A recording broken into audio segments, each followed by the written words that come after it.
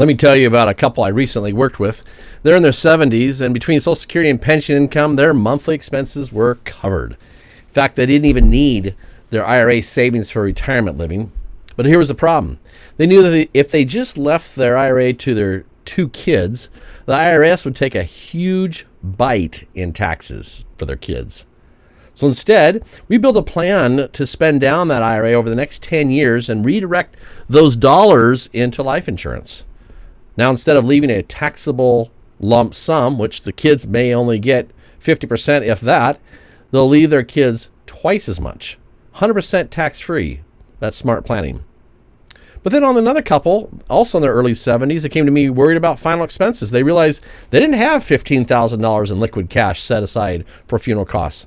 And they really didn't want to saddle their kids with those bills or see the family passing the hat around when it comes time to pay for those funeral expenses.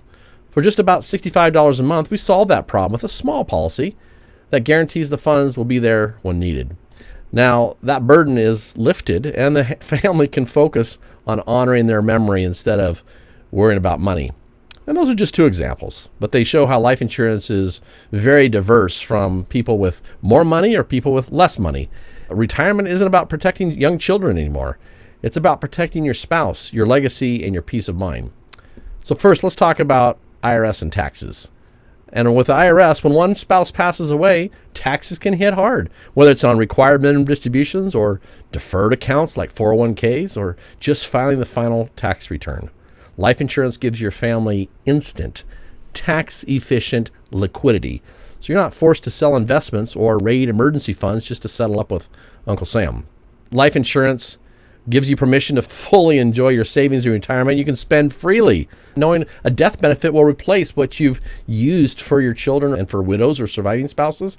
It can be structured to provide supplemental income when a Social Security check disappears or a pension reduces.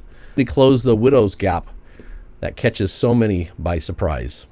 Many retirees enjoy setting up policies for their grandchildren, looking in their insurability early and giving them a financial head start. Others use small policies for final expenses so their families never have to pass the hat, and modern policies can even double as part of a long-term care plan, helping pay for care at a home or facility without draining the rest of your savings. And so you can see, life insurance in retirement is about more than death benefits. It's about strategy.